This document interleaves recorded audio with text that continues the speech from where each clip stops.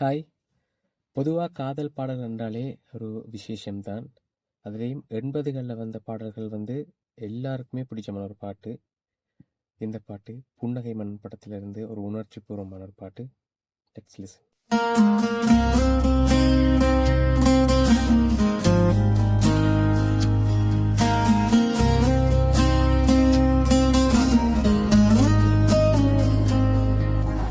கன்னத்தில் முத்தத்தின் ஈரம் அது காய